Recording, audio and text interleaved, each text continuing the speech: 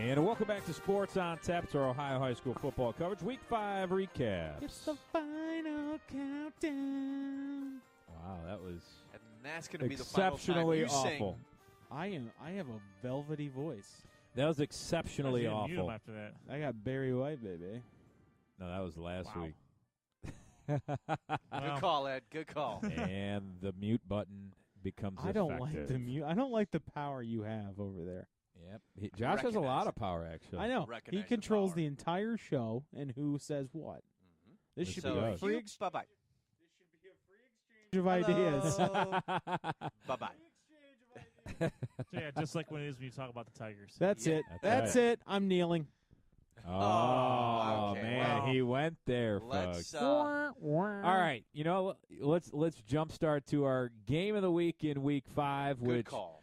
was the Buckeye Bucks coming in undefeated against the Columbia Raiders, and they had one loss coming into this game, and it was a fun game to be at. We was. had a chance to talk to the Columbia athletic director, Mr. Jump, who is there, and also Jason Ward, and also new head coach of the Buckeye Bucks, Greg Dennison, who was excited about their start to the season. Before we get started, I want to say one thing, Rob. We talked to the athletic director who laid out to us what that Columbia Stadium area was when he took over and the changes he made, and they are doing a great job down there in Columbia. Not your traditional big-time division, but it's a fun atmosphere to watch a game. The fans are fun. The student section was fun.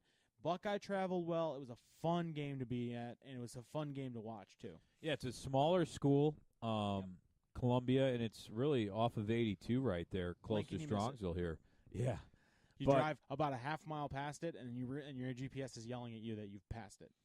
And we did have some reports from some Columbia guys that Brandon Coleman, their junior running back, who had 1,700 yards last year as a sophomore, the Ohio State Buckeyes have come to visit him and take a look. One of many D1 schools, actually. Yeah, and I mean, we had a chance to see him, a strong running back with, he has a lot of heart. He leaves it all out there, and really the opening kickoff and drive, they went 67 yards. Brandon Coleman had the ball. He ran close to the end zone and fumbled it into the end zone, but luckily it was fullback Ben Alden who jumped on it, Yeah. and that was the first touchdown for Columbia. They took a 7-0 lead early. That was an interesting play, Rob, because I was actually sitting in the stands with the Columbia fans, and they saw that ball pop out. And I'm not kidding you. It shot out of his hands.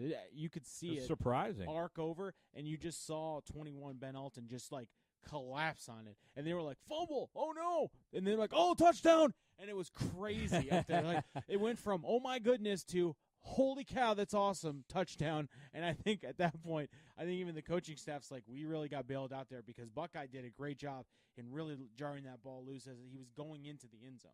And Coleman's a guy that really doesn't fumble too much. But then the Bucs immediately responded on the kickoff. Yeah. 86 yards.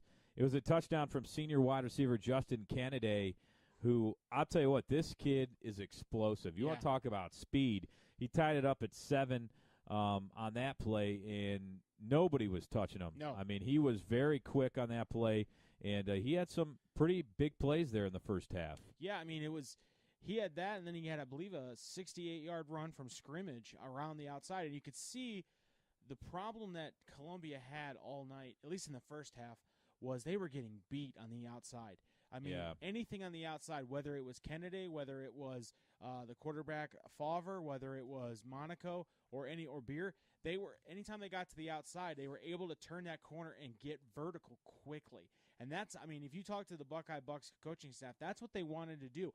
They have the speed on the outside to do that.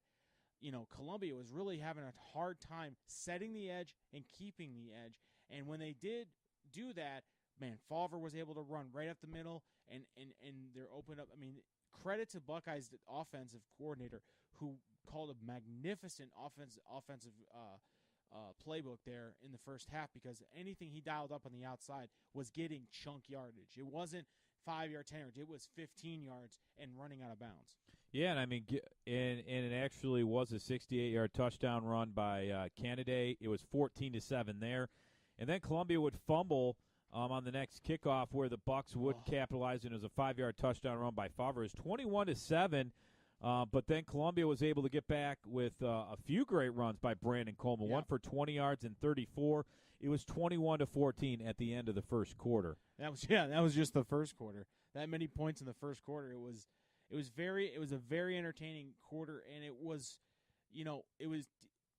very interesting to watch the offense for Columbia. You could tell whatever Brandon Coleman did, that was the offense. If it was passing, if it was running, pretty much goes through him. It goes through him. There wasn't a lot of Baczynski, the quarterback, did try and test the limits, but an early interception in the first quarter or the second quarter, something like that, kind of maybe scared them away from throwing the ball. And when you got a guy like Brandon Coleman, who, Rob, you can attest this. Anytime he got the ball, Buckeye defenders bouncing off of him. He's a strong runner. He got in. He hit the hole. He didn't dance a lot, which a lot of young, speedsters do. He does have good moves, though. Very good moves, but he's not afraid to take some hits and run over guys. And when he made it, he was a one cut and go back, and that was and that was really nice to watch because he didn't cost his team yards. Everything he did for the most part was positive yardage.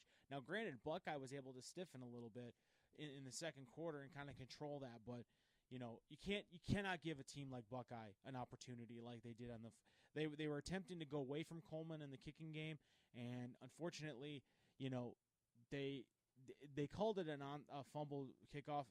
It looked a lot like an onside kick that wasn't meant to be because it only made it to the first line. And guys like that on the regular kickoff team probably aren't the best. They're not the hands team.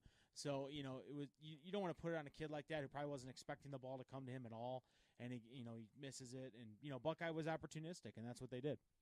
Yeah, and the Bucks opened the second quarter on a really solid drive, and then a 5-yard touchdown run by junior running back Dominic Monaco.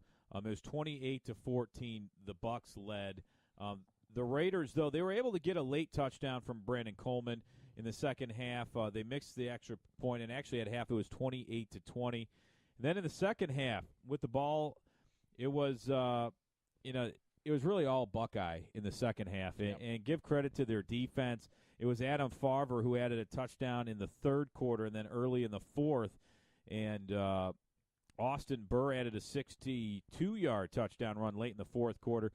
The final score is 49-20, and let's give credit to Buckeye's defense. Yeah. Brandon Coleman's a guy that last year put up 1,700 yards as a sophomore running back. This is a smaller school, Columbia, that I think they had 30 or 40 kids come out on the team. But Brandon Coleman every year is putting out significant numbers, and really Jason Ward's done a great job figuring out ways to use him and use all their players and get him explosive, and Buckeye really contained him really the whole night. Yeah, it also hurt that he got not hurt, that's bad, that's a foreshadowing a bit, but he got injured early in the third quarter. He kind of everybody was starting to cramp in that second half with the heat. It was hot and humid, so maybe it was cramps. He ended up going back in and playing a little bit, but you can really tell Buckeye's defensive coordinator was saying, "Look, if we stop Coleman, we stop Columbia," and that was, you could see that they got beat a couple times in the first half, and they made some adjustments, and they were able to do that. Also credit, Columbia's defense as well. They were able to kind of set the edge a little bit in the second half, but Favre and everybody was running forward, down running straight in. So it's pick your poison with that particular offense. But yeah, unfortunately, I believe Coleman ended up getting injured 3 times. Out for injury 3 times. On the third time, they kind of just shut him down for the night. That was when the game was kind of out of reach for them, I think. And you can really tell when he's not in there and he's not playing, they don't have much of a passing game. And credit to the backup who Evan Alton, who did a good job, Adam Alton. But unfortunately, he's not the caliber of running back that Coleman is. So Buckeye was able to go on the road and get a really good victory. They played probably a very good running back, maybe the best they've seen all year, and who at times hurt them, but you could see that they were able to make the adjustments and start executing their defense very well. So very, very, very good effort by the Buckeye Bucks. It was fun covering them, and again, I was impressed with the way they travel. Their fans always travel. That was like they had buses and trailers and people and out. It was nuts. It was like a college football game. Yeah, the Bucks now they're 5-0 as Columbia falls to 3-2 on the year. So a fun game out in Columbia. Want to thank all of Columbia for hosting us, and it was a good time. Now our game of the week for Week 6, guys. Ooh. Why don't we break out the drums and tell everyone who our games of the week? There you go. Wow, very nice. All right. Well, tell you what, I feel pretty about announcing this one because one, it's one of my games, and two, I'll actually be there. Oh, we will be at North Royalton Serpentini Field to watch the Hudson Explorers 4-1 in the overall, 2-0 in the Suburban League National Division, taking on the 3-2 overall, 1-1 in the conference, North Royalton Bears. Yes. Friday night. Bears. Yes. Friday night, September 29th. Ed making his 2017 debut. I'll tell you what, if you're North Royalton, you want to get out there and see Ed. Yep. Yeah. I mean, he's a draw, man. He is. I mean, this is his first time coming out to a game this year. You're going to want to get out. We love it. They can and cheer him on. They can thank me for their 17-16 victory in the year 2000 when I badly shanked a field goal that would have put us up a little. Would have put us up by a couple maybe points. when we get It's a there, 10-year anniversary of that. when we get there, 17 years by my count, but that's fine. when we get there on Friday night, I'm not good with math. yeah. Well, I still remember that. That was not When fun. we get there on Friday night, maybe it'll be Ed Dick Appreciation Night. Yep. It's been a minute since we've played North Royalton, obviously, in the Brunswick end. But you know what? You should line up the kick again just to see if you can do it. Do it. 17 Before the years game. later, line it up. Trying to remember how Josh, long it film was. it and 30, see. Actually, that'd be pretty good, actually. That'd be I think really it was either good. 27 or 34 yards out. I mean, I had plenty of leg on it. It just went like 10 yards to the left of the upright. It was And you should not do so it while good. the other kickers are warming up and just say, I can do this. Back up. And just I'm go. a highly trained professional. Right. Right. Or just highly trained, Yeah. professional. Yeah. That should be a good game. Yeah, we're looking forward to it. Ed's going to be writing the story for SportsOnTapPodcast.com.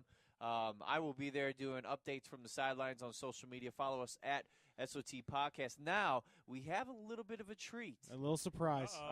Little bit. So, all you Barberton Magic fans, Get ready for a heaping helping. Our big Sean Duffy will be down reporting on the game. Yeah. Barberton will be hosting Aurora. Another Sean good will be game. there. Yep. We will also be writing a story for SportsOnTapPodcast.com. Maybe even doing a little social media updates too. Maybe. No, you will. It's okay. Yeah. Give the effort. You're right. Execute. This is actually a first for us, Sports on Tap. We're going to be covering 2 games, so make sure you get on out there. Follow us at SOT Podcast for all the updates, and looking forward to it. Should be a lot of fun. I'm personally looking forward to getting back out there, but I've been 3 weeks off now. I've been on assignment. But the social media account needs to be the game needs to be picked up again, and I'll bring it back. No, I'm just kidding. I'm just kidding. Not bad for a part timer, but This will be a pretty good matchup too. You have an established entity in the Hudson Explorers, as Sean astutely pointed out earlier in the podcast. They have been. They are the co-champions of the Suburban League National Division, and they have been to the state semifinals the last 2 years. And actually, it might be the last 3 years now. I think about it. Yeah, it's the last 3 years. The last 2 years in Division 2, the previous year before that in Division 1. So it's in North Royalton. This will be a really, really, really good measuring stick for them to see where they're at and where they want to go. So we're looking forward to seeing quarterback Joey Marusik, Miles Sternad, and that Zach Antonio and that North Royalton team against Cole Pillay, Greg Bailey, Dawson Wervey, Kevin Callahan, and the vaunted Hudson defense. So we'll see. We're looking forward to bringing you the action from North Royalton Friday, September 29th. So amped. I love it. No, and I'll be out. He's definitely excited. And I'll be out in Barberton watching the Magics host the Aurora Greenmen. Looking to see if Barberton can continue their winning ways and continue putting up some gaudy offensive Aurora numbers. needs that win though. Big and I'm time. going to be They there need to watch that them. one. I like I said, I don't have a prediction. I'm just going to watch the game and write a nice article. I'll be fair, but again, all the bells and whistles are going to be in North Royalton. I will be there putting my pen to paper, creating a word poem, if you will. Quick update. If we go down to the Dayton, Cincinnati area, the Fayetteville Rockets, head coach Kevin Finch. They ran into a little bit of a buzzsaw down there in Batavia. They suffered their first loss of the season, a 49-8 loss to Batavia. They are going to start Southern Buckeye Conference National Division play this week against Claremont Northeastern. They are 3-2. They represent Division 5, Region 20. Fayetteville is in Division 6, Region 24. So we're looking for Coach Finch to see if he can get his team back on the left side of the ledger and keep this season going. You know, they're trying to reach the playoffs for the first time under Coach Finch, and if they can get this victory, this will help them out because the next 3 teams are 1-4. And my alma mater, the Vandalia Butler Fighting Aviators, got back in the win column with a 50-15 dismantling of the Stebbins Indians. They may not be the Indians anymore. They played Tecumseh and the Indians this year. That's pretty impressive. Tecumseh's the Arrows and Stebbins is the Indians, I believe. I'm not 100% sure. I'm getting the wrap-up signal because we're late, but congratulations to the Aviators. You're back in the winning column. Josh, I love you. I don't want to go over, but I'd like to go into some deep thoughts I have about the political outlook. And if you don't, if you want to go through that, we can do that. No. If you want to talk about it, we'll just talk about my fantasy football victory over you tonight. We'll just keep it out. It's coming out, folks. The Cowboys coming down the wire. And the Cardinals. All right, guys, great job tonight. This is Sports on Tap, Ohio High School football coverage, our Week 5 recap. Everybody have a great week. Good luck to all the athletes this Friday and coaches. SportsOnTapPodcast.com. Check us out at SOT Podcast. We'll see you later. Have a great week, everyone.